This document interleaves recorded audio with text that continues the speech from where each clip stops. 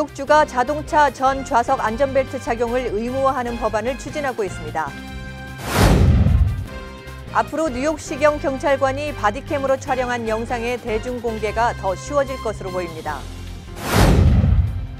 아마존 제2본사 유치가 원점으로 돌아간 데 대한 비난 섞인 광고가 타임스퀘어 빌보드에 실렸습니다.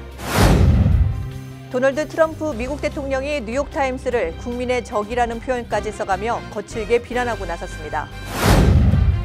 김혁철 북한 대미 특별대표가 스티븐 비건 미국 대북 특별대표가 있는 호텔을 방문하면서 본격적인 의제 협상이 시작된 것 아니냐는 전망이 나오고 있습니다.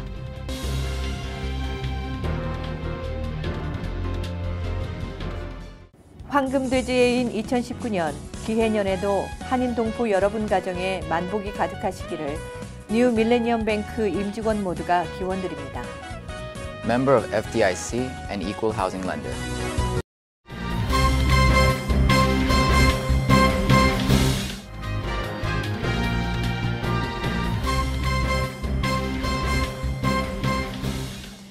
시청자 여러분 안녕하십니까? 목요일 KBTV 9시 뉴스입니다. 뉴욕주가 현재 앞좌석만 안전벨트 의무화를 시행하고 있는 가운데 자동차 전 좌석 안전벨트 착용을 의무화하는 법안을 추진하고 있습니다. 이 소식 양준화 기자입니다. 앤드류 쿠오모 주지사는 현재 앞좌석에만 적용되는 안전벨트 착용 의무화 규정을 뒷좌석까지 확대해 나이와 관계없이 모든 탑승자가 전 좌석에서 안전벨트를 사용하도록 하겠다고 밝혔습니다. 이 같은 계획은 올 회계연도 예산안에도 포함되어 있습니다. 현행 뉴욕주 법은 16세 이하 어린이에게만 뒷좌석에도 안전벨트를 착용할 것을 요구하고 있습니다.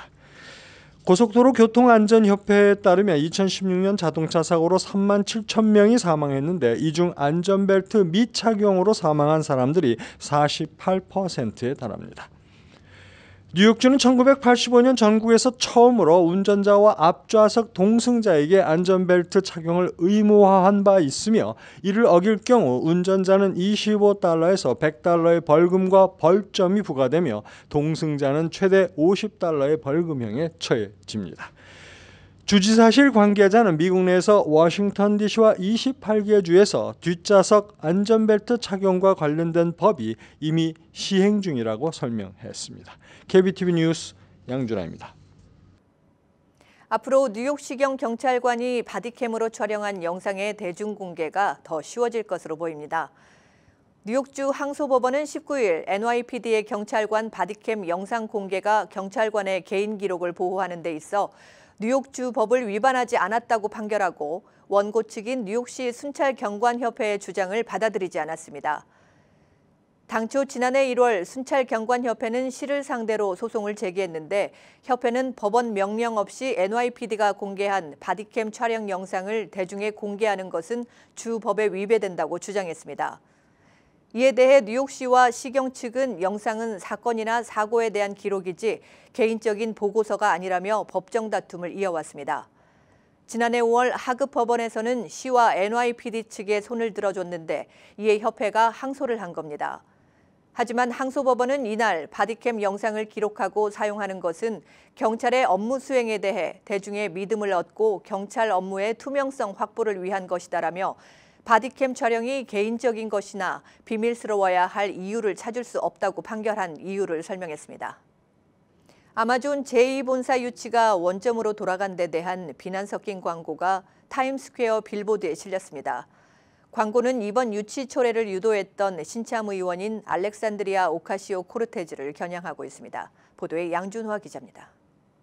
전광판의 대형 광고를 보면 롱아일랜드 시티에 진출하려던 아마존 제2본사 계획이 수포로 돌아가면서 뉴욕에 막대한 피해가 왔다며 이번 아마존 진출 철회를 강력히 주장해온 민주당의 오카시오코르테츠 연방 하원 의원을 강력히 비난하고 나섰습니다. 그녀는 부자 회사인 아마존에 뉴욕시 당국이 수십억의 텍스 인센티브를 준 것이 잘못이라고 주장했습니다. 그 외에도 아마존의 진출은 가난한 세입자들에게 렌트비 인상으로 쫓겨나게 만들며 교통 혼잡만 더 야기할 뿐이라고 말했습니다. 주민 여론조사에서 과반수 이상이 아마존의 진출을 찬성했지만 결국 일부 정치인들의 강력한 저항에 아마존은 퀸스 지역의 진출을 철회했습니다. 광고주의 주장은 이런 몰지각한 행동으로 2만 5천 명의 새 일자리가 날아갔으며 40억 달러의 임금도 사라졌고 120억의 경제 효과도 잃었다는 것입니다. 이 광고는 약 일주일간 앞으로 계속될 것으로 보입니다. KBTV 뉴스 양준하입니다. 뉴저지주 라클랜드 카운티에서 한 남성이 보복성 운전으로 일가족 8명을 공격해 1명이 숨지고 3명이 부상을 입는 사건이 발생했습니다. 이 사건은 지난 수요일 오후 2시경 하버스트로에 있는 세븐일레븐 앞에서 발생했습니다. 경찰에 따르면 이날 세븐일레븐 앞에는 30대 부부와 아이 등 8명의 가족이 서 있었습니다. 그때 바로 옆에서 한 남성이 담배를 피우자 이를 본 아버지가 아이들 옆에서 담배를 피우지 말라고 요구했습니다. 그 순간 남성은 세븐일레븐 근처에 주차한 차를 몰고 가족을 덮쳤습니다. 그는 이어 후진으로 또 한 차례 공격을 가했습니다. 이 같은 잔인한 공격으로 32살의 어머니가 현장에서 숨지고 35살의 아버지와 유모차에 타고 있던 아기 등 3명이 중상을 입었습니다. 경찰은 운전자를 살인 혐의로 기소했습니다. 주류 언론과 사사건건 대립해온 도널드 트럼프 미국 대통령이 이번에는 뉴욕타임스를 국민의 적이라는 표현까지 써가며 거칠게 비난하고 나섰습니다. 트럼프 대통령은 앞서 또 다른 트윗에서 기자들이 확인 전화조차도 하지 않는다며 완전히 통제불능이라고 분통을 터뜨리기도 했습니다. 구체적으로 어떤 보도가 자신을 화나게 한 것인지는 거론하지 않았지만 대통령의 수사 외압 의혹 관련 보도를 염두에 둔 것이라는 관측이 나옵니다. 뉴욕타임스는 트럼프 대통령의 이번 국민의 적 표현에 강하게 반발하고 나섰습니다. 그레그 설즈버거 발행인은 성명을 통해 트럼프 대통령의 국민의 적 표현은 국내외 언론인들에 대한 위협과 폭력을 조장하는 것이라고 우려했습니다. 또 트럼프 대통령이 곤란한 질문과 불편한 정보를 폭로하는 것에 대해 언론을 적으로 악마화하는 것은 미국의 원칙적으로부터 후퇴하는 것이라고 비판했습니다. 김혁철 북한 대미 특별대표가 스티븐 비건 미국 대북 특별대표가 있는 호텔을 방문한 것으로 전해졌습니다. 본격적인 의제 협상이 시작된 것 아니냐는 전망입니다. 김 대표가 향한 곳은 스티븐 비건 대표의 숙소로 알려진 뒤파르크 호텔이었습니다. 미국 비건 대표는 이곳에서 점심 식사 후 김 대표 일행을 기다렸던 것으로 전해졌습니다. 두 대표가 만났다면 단순한 상견례 이상의 본격적인 의제 협상이 바로 시작된 것 아니냐는 관측도 나오고 있습니다. 앞서 1차 북미 회담에서 약속한 새로운 북미 관계 수립과 한반도 평화체제 구축 등 다소 추상적이었던 내용들을 이번 회담에서 구체화할 예정입니다. 북한은 제재 완화를 기대하며 미국의 과감한 조치를 촉구하고 있는 상황입니다. 미국 역시 제재 완화 가능성을 시사하고 있지만 그러기 위해선 북한의 실질적인 비핵화 조치가 선행돼야 한다는 입장입니다. 이에 따라 의제 협상에선 회담에 앞서 최종적으로 각자 양보할 수 없는 선을 정한 뒤 주고받기식談判이 벌어질 것으로 보입니다. 한편 오늘부터 외빈 숙소 등 시내 주요 장소의 보안은 한층 강화됐습니다. 총을 메고 무장한 현지 경찰 특공대가 배치됐는데 현지 언론에 따르면 이번 회담 전후 하노이에선 수만 명의 경찰 병력을 투입할 것으로 알려졌습니다. 혐오 범죄로 추정되는 폭력 피해를 당했다고 밝혀 미국 사회에 반향을 불러일으킨 배우 저지 스몰렛이 허위 신고 혐의로 검찰에 기소됐습니다. 자세한 소식을 양준화 기자가 전해드리겠습니다. 시카고를 관할하는 쿡카운티 검찰은 20일 인기 TV 드라마 엠파이어에 출연 중인 스몰렛이 지난달 시카고 도심 밤거리를 혼자 걷다 인종차별적 비속어와 성소수자 비하 욕설을 듣고 폭행까지 당했다고 경찰에 진술한 내용이 허위로 추정된다며 스몰렛을 중범죄 혐의로 기소했다고 밝혔습니다. 검찰은 이날 오후 대배심을 소집해 기소 결정을 내렸습니다. 엠파이어 촬영 기간 시카고에 살고 있는 스몰렛은 지난달 29일 오전 2시께 숙소로 돌아가다 스키 마스크를 쓴 두 남성으로부터 공격을 받았다고 신고한 바 있습니다. 당시 스몰렛은 얼굴에 상처를 입고 목에 밧줄이 감긴 채 인근 대형 병원을 찾아가 경찰에 전화로 상황을 알렸습니다. 스몰렛이 용의자들을 도널드 트럼프 대통령 지지자들로 묘사하면서 정치권에서까지 반응이 일었고 논란으로 확산되었습니다. 그러나 형제 관계로 알려진 두 용의자는 엠파이어에 출연한 적이 있는 단역 배우들이며 특히 이 중 한 명은 스몰렛의 체력 트레이너로 드러났습니다. 이들은 경찰에 스몰렛이 폭행 사건 발생 일주일 전인 지난달 22일 트럼프 대통령 대선 캠페인 구호가 적힌 협박용 우편물을 받았다고 경찰에 신고했으나 대중이 충분한 관심을 쏟지 않자 실망해 폭행 자작극을 꾸몄다고 진술하면서 스몰렛이 자작극을 돕는 대가로 돈을 지불했다고 주장했습니다. KBTV 뉴스 양준하입니다. 삼성전자는 20일 미국 샌프란시스코 빌 그레이엄 시빅센터에서 열린 삼성 갤럭시 언팩 2019에서 접으면 스마트폰 전화기가 되고 펴면 태블릿이 되는 삼성 갤럭시 폴드를 공개했습니다. 보도에 양준화 기자입니다. 10여 년간 이어져온 직사각형의 스마트폰의 시대가 가고 이제는 접었다 폈다 하면서 태블릿 기능을 첨가시킨 새로운 태블릿 전화기가 주류를 이룰 때가 곧 올 것 같습니다. 이번에 공개된 삼성 갤럭시 폴드는 접었을 때 4.6인치의 컴팩트한 사이즈로 사용할 수 있고 펼쳤을 때는 7.3인치 크기로 이용할 수 있습니다. 이는 갤럭시 스마트폰 중 가장 큰 디스플레이입니다. 삼성전자는 제품을 반으로 접은 상태에서도 얇다고 느낄 수 있게끔 디스플레이 두께를 줄였습니다. 정확한 두께에 대해서는 밝히지 않았지만 유리 소재 대신 새로운 복합 폴리머 소재를 개발해 기존 스마트폰 디스플레이보다 약 50% 정도 얇은 디스플레이를 구현했습니다. 접히는 부분의 곡률 반경이 매우 작아 구부러지는 것이 아니라 완전히 접힌다는 것이 삼성전자의 설명입니다. 또 20만 번을 접었다 펴도 제품이 변형되지 않는 내구성을 갖췄으며 하루 100번을 접었다 폈을 때 약 6년 정도 사용할 수 있는 수준입니다. 갤럭시 폴드는 태블릿과 스마트폰의 경험을 동시에 제공합니다. 접은 상태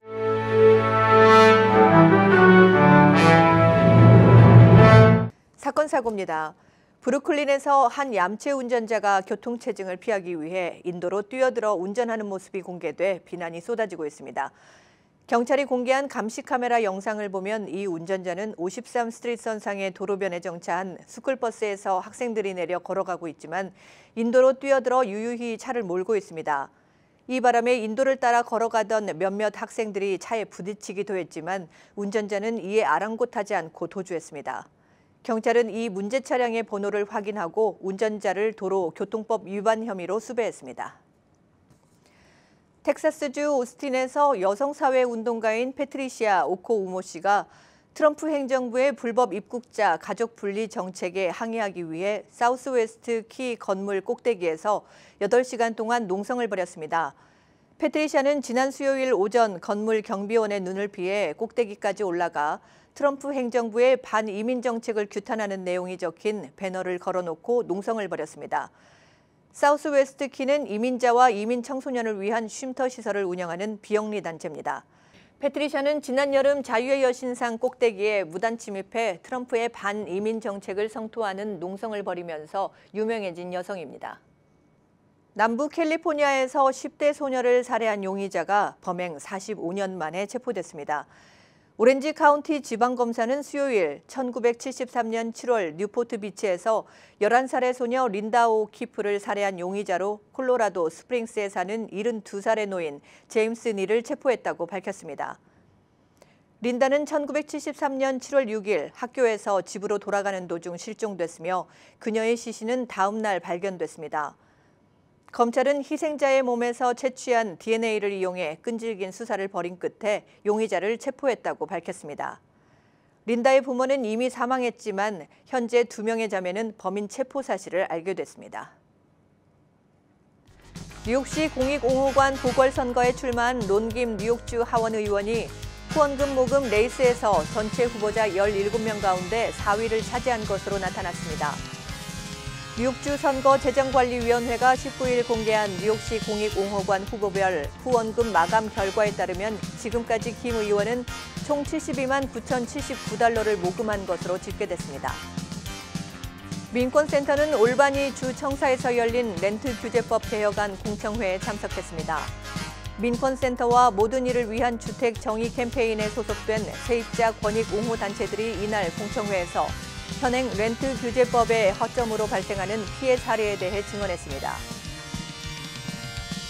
취업 이민 수속의 첫 단계인 노동허가서 신청자 10명 중 3명은 재심사 대상자로 분류돼 군옥을 치르고 있는 것으로 나타났습니다.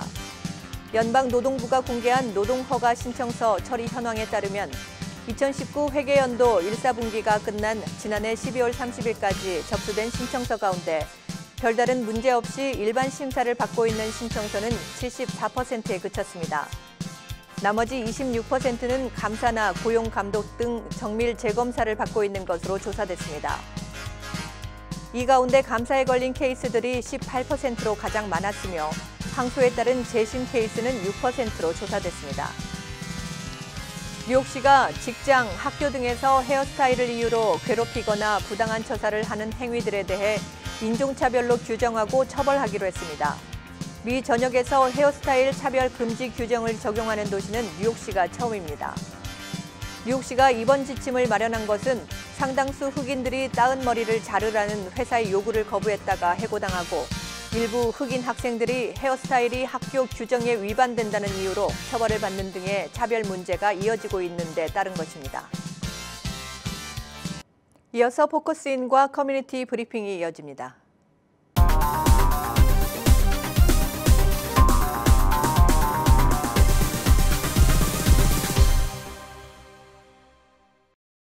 네, 오늘은 지난주 미국을 방문한 한국의 민주평화당 정동영 대표를 만나 북미 정상회담에 관련된 정 대표의 의견을 듣는 시간 마련했습니다.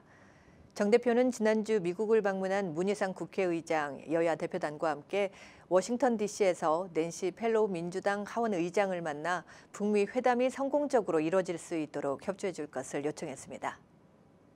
방미 목적 간단히 말씀해 주시죠. 예. 이번에 이제 여야 5개 정당의 대표자들과 국회의장이 함께 방미 외교단을 편성해서 미국 의회 지도자들을 만나러 왔습니다. 특히 이 낸시 펠로시 하원 의장, 민주당 소속이죠. 또 엘리어트 엥겔 민주당 하원 외교위원장 등 민주당 지도부를 만나서 북미 정상회담을 앞두고 한국 사람들의 바람을 전달하려고 온 것입니다. 그 낸시 펠로시 의장의 반응은 어떻습니까? 적극적이었나요?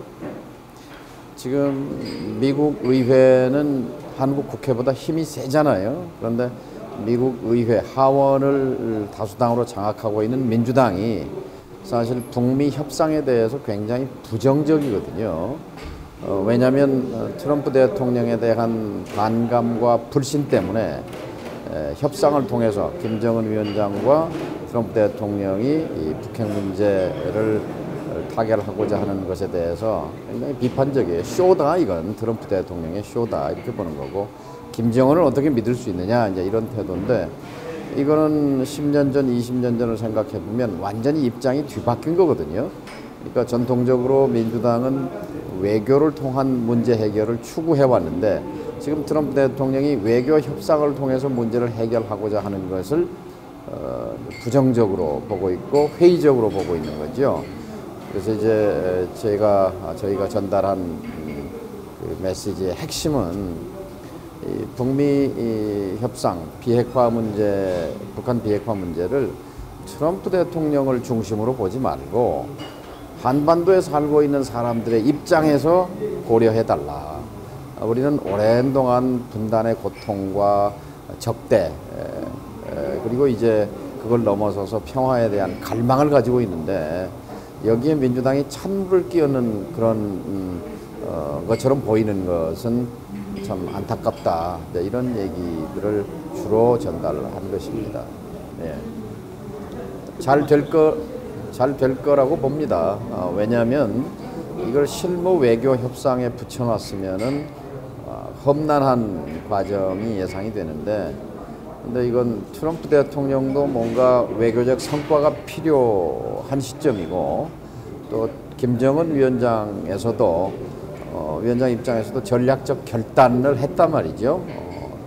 그러니까 핵무기와 핵실험과 미사일 발사에 집착해오던 그런 노선으로부터 이제는 어떻게든지 경제를 발전시켜야 하겠다는 쪽으로 집중하고 있단 말이죠. 그래서 북미 양국의 지도자 간의 그런 선택의 방향이 저는 이번 2차 베트남 정상회담의 전망을 밝게 보는 이유입니다.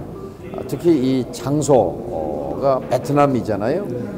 베트남은 미국의 입장에서는 전쟁을 했던 적국, 베트남이 지금은 이제 친구가 되고 우방이 되고 또 적극적으로 친미국가가 됐어요. 그렇게 해서 베트남과 동남아 지역에서의 미국의 이익이 안정되고 확장됐단 말이죠. 그런가 하면 베트남은 김정은 위원장이 작년에 문재인 대통령에게 이렇게 말했어요. 우리가 가고 싶은 길은 베트남의 길이다. 베트남의 길을 가고 싶다. 이렇게 말했단 말이죠. 베트남은 공산당 일당 독재를 하면서 시장 경제를 통해서 경제를 발전시키고 있는 모델이거든요. 근데 중국보다는 훨씬 국가의 통제가 강한 그런 시장 경제. 그러니까 김정은 입장에서는 앞으로 건강이 유지되면 30년, 40년 집권할 거 아니에요. 그런 속에서 정권은 확실하게 장악하고 가되 경제는 베트남처럼 시장 경제를 도입해서 인민의 생활을 향상시켜주고 그래서 인민으로부터 지지를 끌어내고자 하는 그런 지금 전략적 결단하에 있는 거거든요. 그래서 이 베트남이라는 장소성이 북한에게도 미국에게도 굉장히 상징적인 의미가 있는 거죠. 예, 마지막으로 그 한미 정상회담의 북미 정상회담이죠. 북미 정상회담 성공적인 결과가 나오려면 이 동포 사회의 역할이 아주 중요하다고 생각하는데 동포 사회에서는 어떤 역할을 해야 된다고 생각하시는지? 예, 어느 때보다도 동포 사회, 특히 이 뉴욕의 동포 사회의 역할이 중요하다고 생각합니다. 왜냐하면 지금 미국 의회의 태도가 굉장히 중요하거든요. 근데 미국 의회에 영향을 미칠 수 있는 건 한국 정부가 설득하는 것보다 오히려 동포 사회에서 유권자로서 각 지역에 있는 그 의원들을 대상으로 편지를 보낸다든지 또 뭐 각종 채널을 통해서 우리 동포 사회의 의견을 전달하는 것이 굉장히 유효한 효과적인 수단이 되리라고 생각을 합니다. 역사적으로 이제 70년 동안 적대 세월을 끝낼 수 있는 아주 결정적인 기회가 왔거든요. 그러니까 이때 미국 사회가 지금 이제 트럼프 대통령 들어선 이후에 극단적으로 이렇게 분열되는 양상을 보입니다만 적어도 한반도의 평화의 문제에 있어서는 좀 초당적으로 협력할 수 있는 분위기를 만드는데 우리 동포 사회가 역할을 해주었으면 좋겠습니다. 이 뉴욕의 동포 사회, 미주 동포 사회는 과거에 3.1혁명 때부터 독립운동의 전진기지였고 또 군사 독재 정권 때는 여기에 항거하는 민주화 투쟁의 근거지였고 이제 분단 조국이 다시 평화적인 통일로 나아가는 과정에서 미주 동포 사회가 큰 역할을 하는 전진기지가 될 것으로 기대를 합니다. 네, 오늘 말씀 고맙습니다. 예.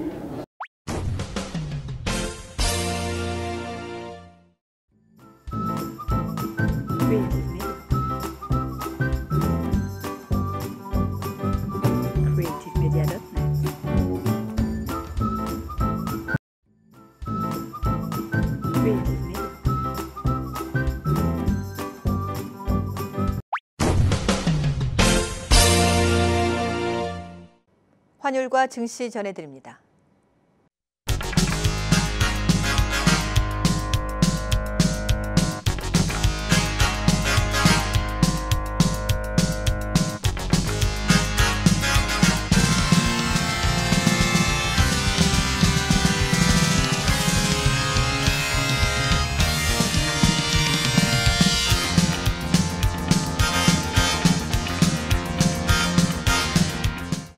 뉴욕과 뉴저지 날씨 전해드립니다.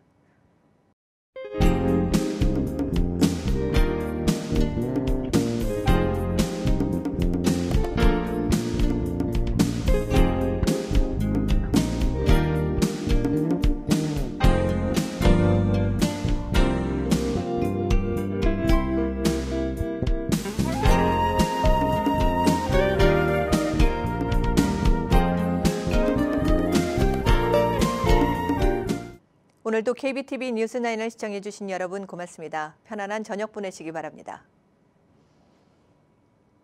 황금돼지해인 2019년 기해년에도 한인 동포 여러분 가정에 만복이 가득하시기를 뉴 밀레니엄 뱅크 임직원 모두가 기원드립니다. Member of FDIC and Equal Housing Lender.